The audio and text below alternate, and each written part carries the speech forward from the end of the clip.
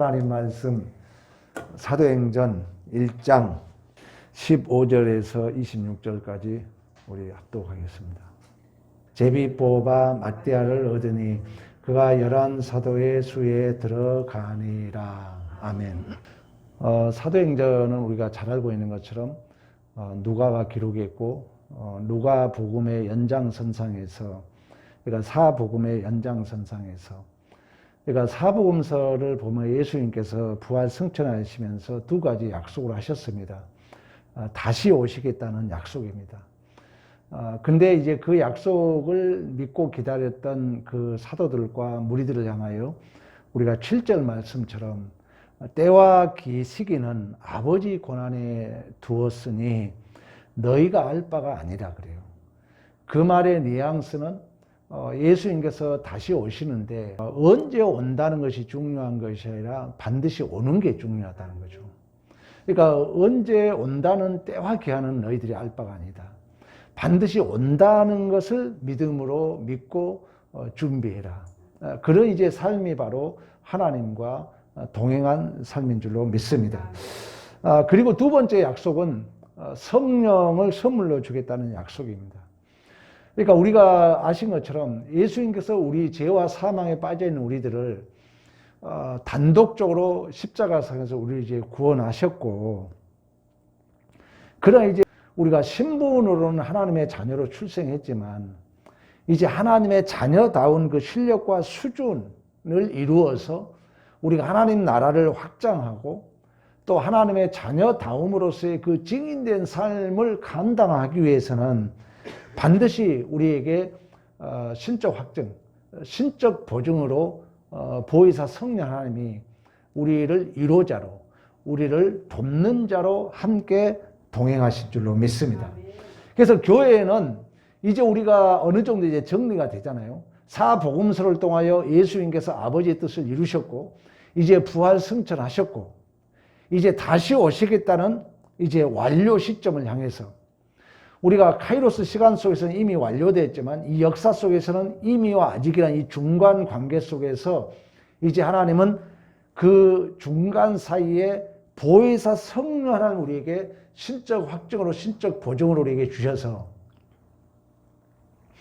그 구원의 목적의 영광과 찬송을 받으시게 하시며 말씀했던 것처럼 그 하나님의 영광과 그 명예로움을 우리가 이제 적용하고 시험하고 도전하여서 구체적으로 내가 하나님의 자녀다움이 또 그 하나님이 누구신가에 대한 것이 구체적으로 내 안에 증언하고 실현할 수 있는 복된 이 기회로 우리에게 역사를 확인하시고 그 역사 속에 신적 확증으로 신적 보증으로 보혜사 성령 하나님께서 우리와 동행하신 줄로 믿습니다.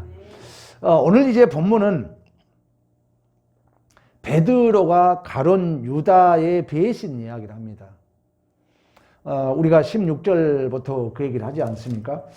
형제들아, 성령이 다윗의 입을 통하여 예수 잡는 자들의 길잡이가 된 유다를 가리켜 미리 말씀하신 성경이 응하였다. 그러니까 가론 유다의 배신 이야기를 하면서 다윗의 입을 통하여 미리 말씀하신 성경이 응하여졌다고 얘기합니다.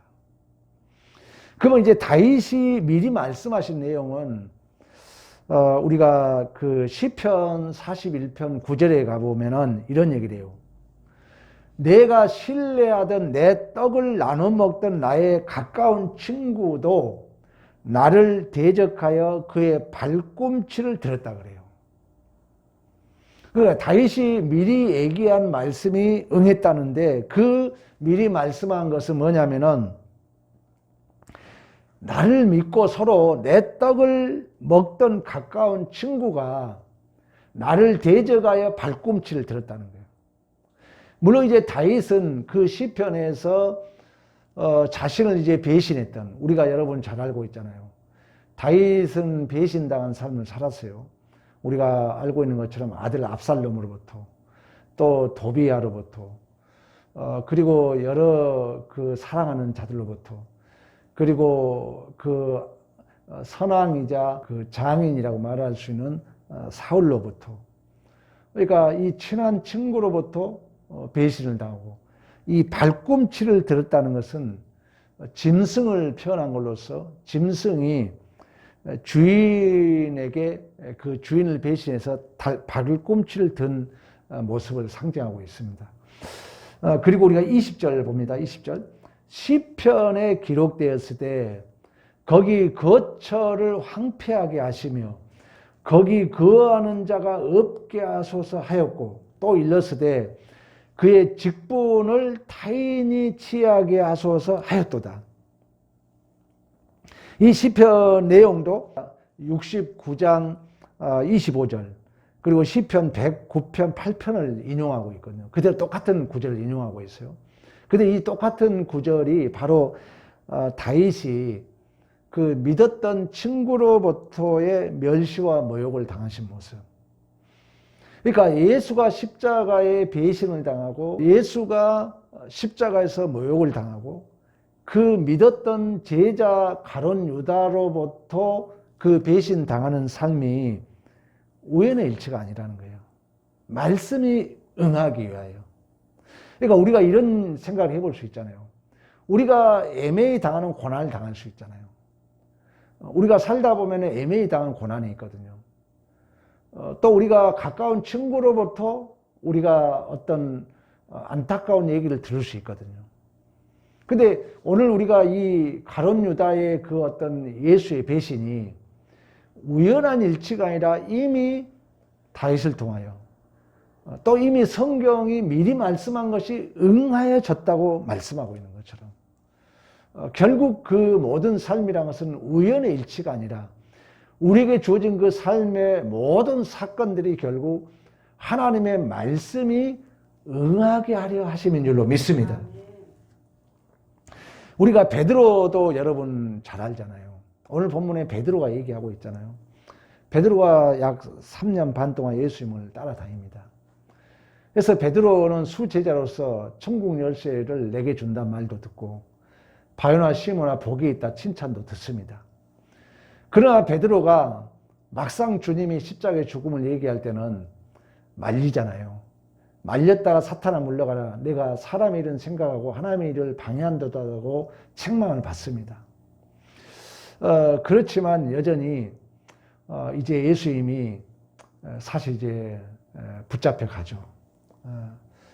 그때 그 베드로가 이미 아까 말씀했던 것처럼 나는 주님을 오게도 같이 가고 죽는데도 같이 가겠다 했지만 결국 이제 주님께서는 그러잖아요.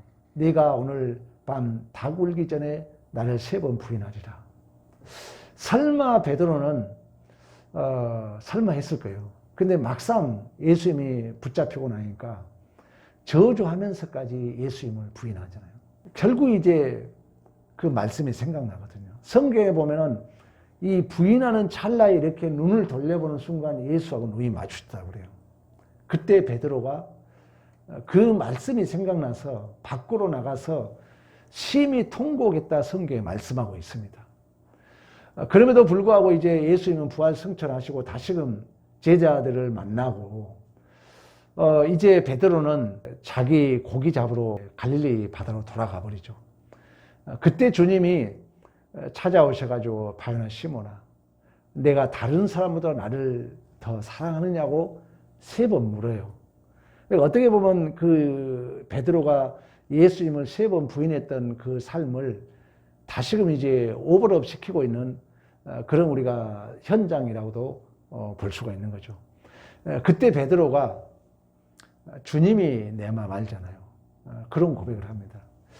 그러면서 결국 이제 내 양을 먹이라는 그 사도권이 회복되면서 너가 젊었을 때는 네 마음대로 다니지만은 나이가 늙으면은 너는 네 마음대로 다니지 못할 것이다.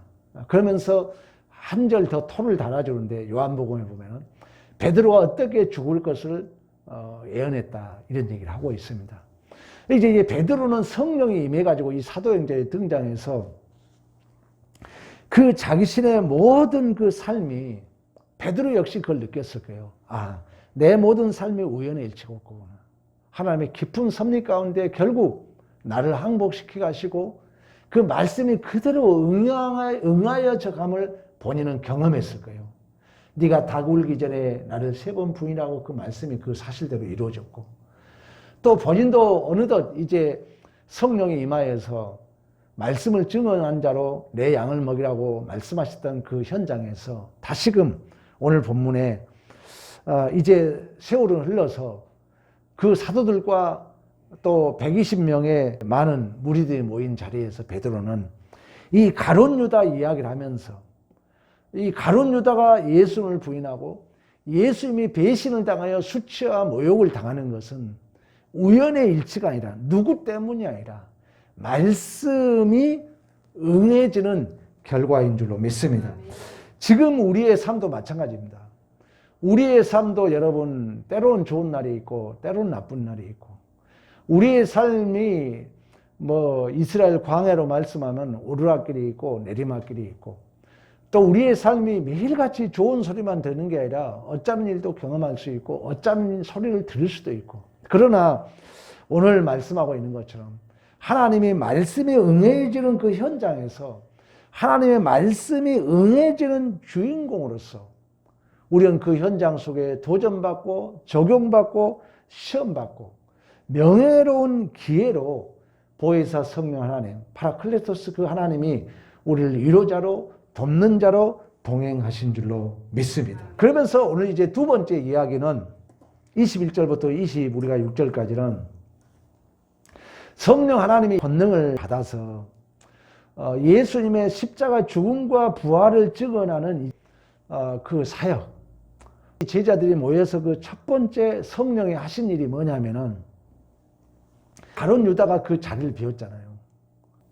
1장 22절 그 얘기하잖아요. 항상 우리와 함께 다니던 사람 중에 하나를 세워 우리와 더불어 예수께서 부활하심을 증언할 사람이 되게 하여야 하리라. 그래서 이제 두 사람을, 유수도라는 요셉과 마띠아라는 이 두 사람을 제비를 뽑아서 이제 마띠아가 결국 이제 그 11사도 속에 들어감으로 완전수 12명이 채워지는 내용입니다.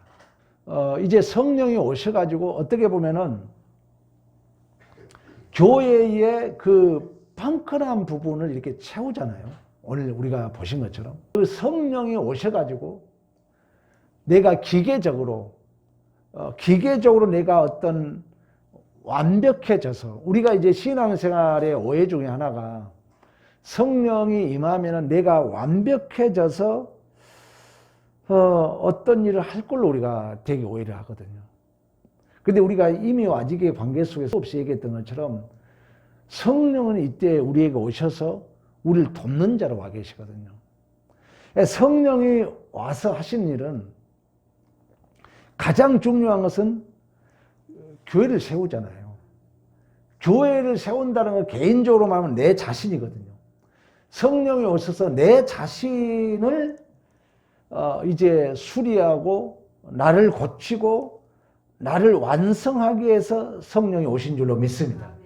그러니까 성령이 오면은 네가 자동으로 완성품에 대해서 무엇을 똑똑똑 만들어내는 그런 어떤 자판기를 차원에서 나를 만든 게 아니라 성령 나와 동행해서 시험, 도전, 적용을 통해서 내가 구체적인 하나님의 자녀로 이렇게 성숙하기 위하여 돕는 자로 성령이 와 계시거든요. 그래서 우리가 로마서 한번 찾아볼까요? 로마서 8장 16절 17절 시작.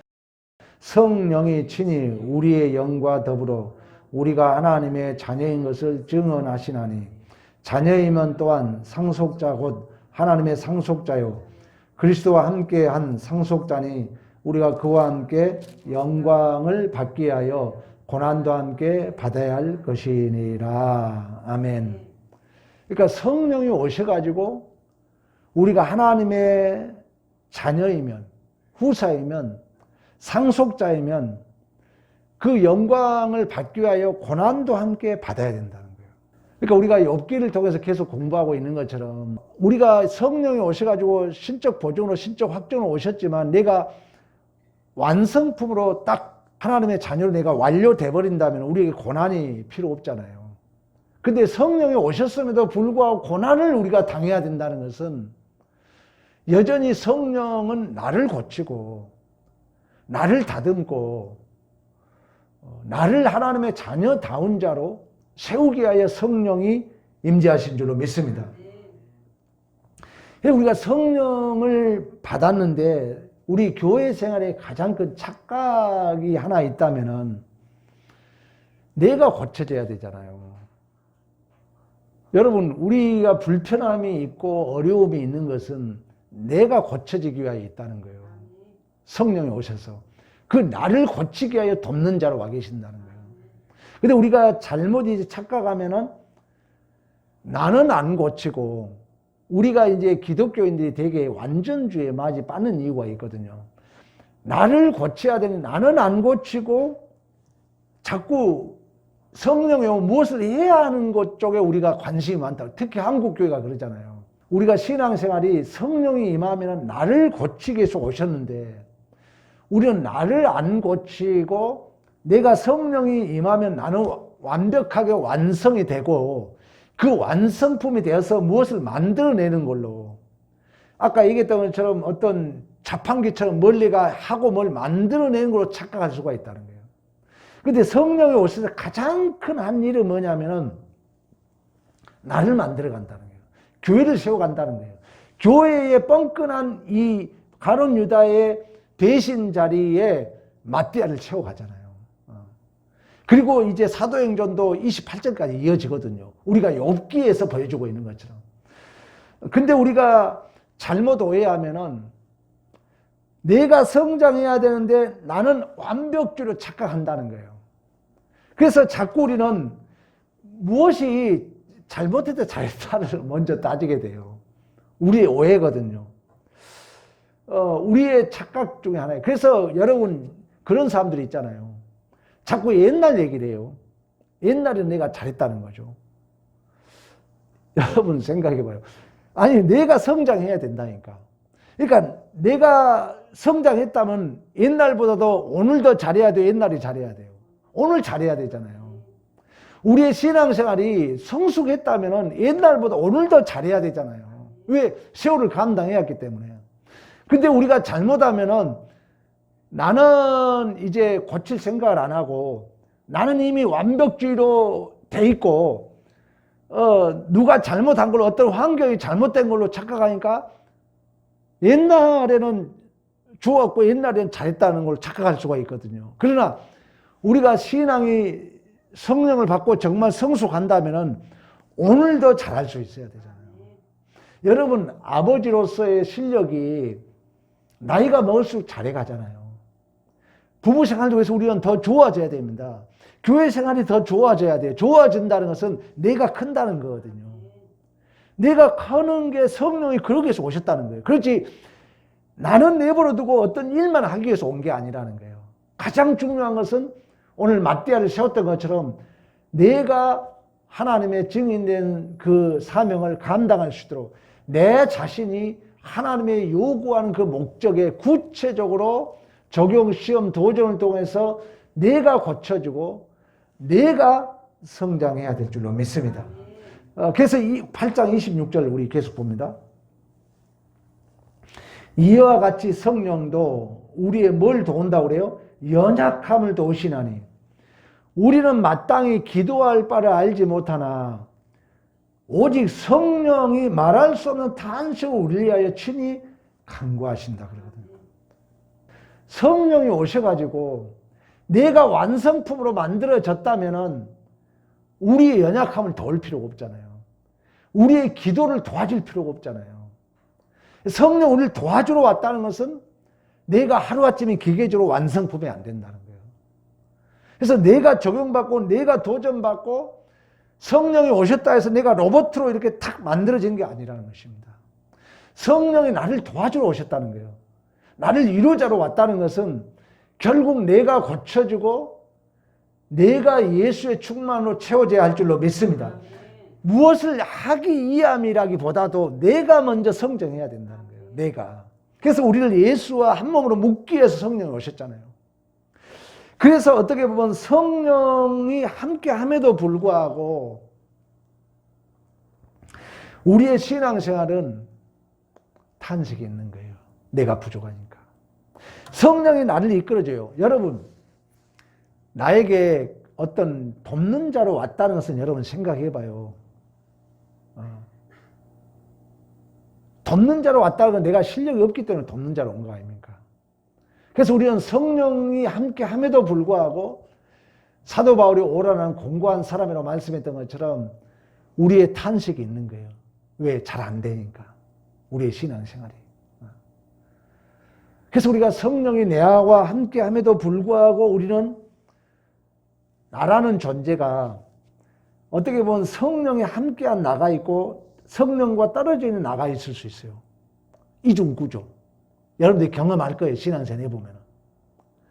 이걸 또 다른 말로 말하면은 어떤 이중적 인격이라고 얘기해야 되나요? 어떤 학자는 그렇게 표현했더라고요. 우리 한번 로마서 한번 찾아봅니다. 로마서 7장 22절에서 25절까지 합독합니다. 시작. 내 속사람은 하나님의 법을 즐거워하되 내 지체 속에서 한 다른 법이 내 마음의 법과 싸워 내 지체 속에 있는 죄인의 법으로 나를 사로잡아오는 것을 보는도다.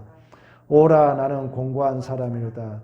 이 사망의 몸에서 누가 나를 건져내라. 우리 주 예수 그리스도로 말미암아 하나님께 감사하리로다. 그런즉 내 자신이 마음으로는 하나님의 법을 육신으로는 죄의 법을 섬기노라. 아멘.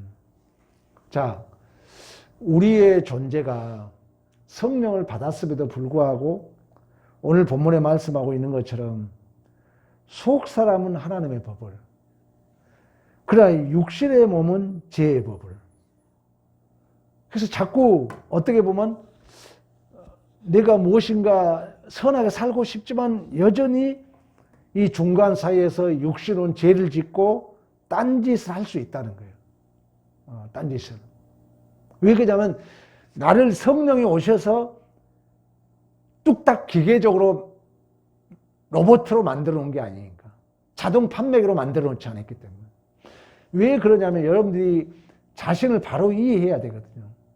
그리고 다른 사람에도 바른 이해를 해야 되거든요. 그래야 내가 자유를 누리거든요.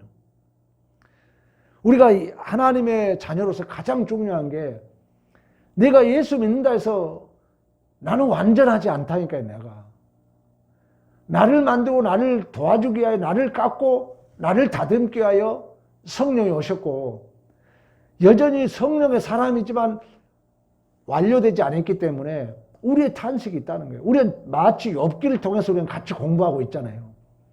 욥이 답 없는 현실 속에 결국 하나님에게 묻고 42장까지 가서 하나님을 만나잖아요. 오늘 사도 바울도 그런 고백을 내 속에도 두 법이 있다 그러잖아요. 나는 속사람은 하나님의 법을 즐거워하되 내 지체 속에 다른 법이 자꾸 나를 죄와 사함으로 끌고 간다 그러잖아요. 여러분 경험하잖아요. 가끔씩 헛생각이 막 들어와요. 막 끌고 가요. 막 쓸데없는 고민해요. 그러다 다시 또 하나님 찾고 여러분도 경험할 거예요. 우리 안에 내적 이런 갈등이 있다는 거예요. 그렇지만 로마서 8장 1절 2절 합독합니다. 시작. 그러므로 이제 예수 그리스도 안에 있는 자에게는 결코 정죄함이 없나니 이는 그리스도 예수 안에 있는 생명의 성령의 법이 죄와 사망의 법에서 너를 해방하였음이라. 아멘. 자, 우리는 여러분 실패할 수 있고요. 우리는 낙심하고 우리는 때로는 죄를 지을 수 있어요. 내 마음에 여러분 죄라는 것은 밖으로 드러난 것만이 아니잖아요. 십계명에 나와 있잖아요. 너희가 지나가는 여자에게 흑심만 품어도 간음이라고 그랬잖아요. 마음으로 누구 것을 갖고 싶은 마음만 가져도 도둑질이라 그러잖아요. 남을 미워하는 걸 살인이라 그러잖아요. 그러면 이 자리에 여러분 죄 한 번도 안 짓고 여기 앉아 계신 분 계세요? 여전히 우리는 연약하다는 거예요. 그러나 성령이 오셔서 성령 하나님과 함께한 우리를 보실 때는 우리는 때때로 실수하고 연약하고 죄를 지을 수 있지만 이제 성령이 우리를 도와주셔서 결국 우리가 말씀을 듣고 믿음 생활을 한 자들은 실패함 없이 하나님께서는 예수 그리스도 안에서 성령 안에서 우리를 보기 때문에 항상 하나님은 우리를 포기하지 않아요. 왜? 하나님 입장에서는 설사 우리가 실수하고 죄를 지었다 할지라도 하나님은 너는 반드시 승리할 거야. 너는 실패함이 없을 거야. 이렇게 하나님 우리를 보신다는 거예요. 왜? 신적 보증으로 성령이 우리와 함께 하시기 때문에. 그러면 이제 성령이 우리 안에 하신 일은 뭐냐? 자꾸 성령이 나라는 존재 앞에 성령이 우리에게 요구하는 게 있어요. 성령이 자꾸 내 안에서 구체적으로 그 성령 하나님이 요구하는 수준에 이르도록 나를 요구해요. 그리고 내가 변화되길 원해요. 자꾸 나의 결심을 요구해, 성령이. 근데 우리가 여러분 말씀을 들으면은 말씀과 더불어 진리의 영이라고 그러잖아요. 그러니까 말씀을 들으면 성령이 자꾸 나에게 조명을 해요. 그래서 말씀을 들으면 여러분 때로는 불편할 수 있어요. 그러니까 사실 목사가 성도들하고 참 그런 관계가 있어요. 내가 여러분들에게 맨날 좋은 일만 할 수 없잖아요. 내 아들에게 맨날 칭찬만 해가지고 바르게 갈 수 없잖아요. 때로는 책망을 하잖아요. 어쨌든 성령이 내 안에 말할 수 없는 탄식을 빌기 때문에 성령이 내 안에 계시면은 자꾸 성령의 거룩한 그 수준에 이르도록 나를 요구하고 나를 항복하길 원해요. 그러다 보니까 내가 딴 생각을 하고 딴 짓으로 가면은 내 신앙의 양심이 불편해요. 여러분 그걸 느끼죠? 우리가 불편합니다. 성령이 왜 나를 도와주러 오셨기 때문에. 성령이 나를 도와주러 왔는데 가만히 내버려 두지 않기 때문에. 성령이 나를 항복시키고 내가 결정하기를 원하고 성령이 요구하는 그 수준에 이르기를 원하신 줄로 믿습니다. 그러다 보니까 말씀을 들으면 내 마음에 갈등이 생기고 때로는 불편함을 느낄 수 있다는 거예요. 그래서 탄식도 해요. 오라라는 공고한 사람이로다 누가 사망의 몸에서 나를 건져내라, 이런 탄식이 있을 수 있다는 것입니다. 근데 문제는 뭐냐면은 성령의 탄식이 있어도 우리가 무감각하잖아요. 자꾸 무시하잖아요. 여러분이 교회에 자꾸 안 와봐요. 여러분들이 자꾸 예를 들면 11조 땡겨 먹어봐요. 언젠가는 하나님이요. 성령 하나님 우리를 도와주고 성령이 우리를 위해서 기도도 해줘요. 그러나 하나님이 성령이 우리에게 자꾸 요구한 게 있거든요. 근데 그게 말을 안 듣잖아요. 그러면 하나님은 이상하게 간섭을 해요. 저는 사실 그걸 많이 느껴요. 또 저도 사실 목회 길을 왔던 게 이제 터닝 포인트가 있었죠. 그런 의미에서 모든 삶의 현장은 하나님의 말씀이 응하게 하려 하심이라는 거예요. 우연의 일치가 아니라. 그러니까 하나님은 여러분 살아계신 하나님이잖아요. 하나님은 그냥 여러분 실천적 무신론적 삶이 아니라 성령이 실제적으로 신적 확정으로 신적 보증으로 내 삶의 원동력이 되어주시는데, 성령이 우리 지금 정서는 무엇을 하기 위함도 중요하지만 더 중요한 건 내 존재 자체가 하나님의 나라잖아요. 내 존재 자체가 하나님의 영광이잖아요. 내 존재 자체가 하나님의 후사요 상속자이기 때문에 내 존재 자체를 통해서 하나님의 영광 받으시기 원하신 줄로 믿습니다. 그래서 무엇을 하는 것보다도 내 존재 자체가 하나님의 자녀다워야 되잖아요. 여러분이 생각해봐요. 지금 한국에 지금 대통령도 지금 다 그러잖아요. 뭘 하는 게 중요한 게 아니라 대통령 감이 없다고 그런 얘기 하잖아요. 그 얘기는 뭐냐면은 그 존재 자체가 중요해요. 하나님 나라도 마찬가지예요. 그래서 성령이 우리를 그런 의미로 도와주는 자로 왔는데 그 성령이 요구한 게 있기 때문에 우리의 마음에 갈등이 있을 수 있다는 거예요. 우리의 마음에 탄식이 있을 수 있고 우리 마음에 때로는 어쩌는 수도 있어요. 그러나 하나님은 계속 우리를 요구해요. 그래서 그 요구에 우리가 무감개지면은 하나님은 우리 위해서 기도도 하지만 하나님은 온 우주 만물을 동원해서 우리를 만져요. 우리를 만져. 어디를 만진지 몰라. 건강을 만지든 물질을 만지든 만져요. 그래서 하나님의 뜻에 이르도록. 여러분 경험했잖아요. 그래서 나는 하나님이 제일 두려워요. 그래서 교회 일은 여러분 누가 이끌어 가신다고요? 성령 하나님이 이끌어 가요. 성령 하나님이 이끌어 가신다고요. 죄를 지었으면 죄 지은 사람이 더 불편한 거예요. 내가 잘못해서 내 마음이 더 괴로운 거예요. 그래서 여러분들이 기도하고 성령 하나님을 의지하게 되면 성령 하나님이 다 이끌어 가요. 복되게 이끌어 가신다고요. 성령 하나님을 의지하게 되면 반드시 성령 하나님이 간섭해 가시기 때문에. 베드로 삶이 그랬던 것처럼 이처럼 성령 하나님은 우리를 요구하시고 우리를 항복시키시고 우리가 변하기를 원하시고 지금도 성령 하나님 우리와 함께 하시고 우리를 기다리시고 우리를 양보하시고 그 하나님의 깊은 거룩한 수준에 이르도록 기다리시고 우리를 대접하고 계신 줄로 믿습니다.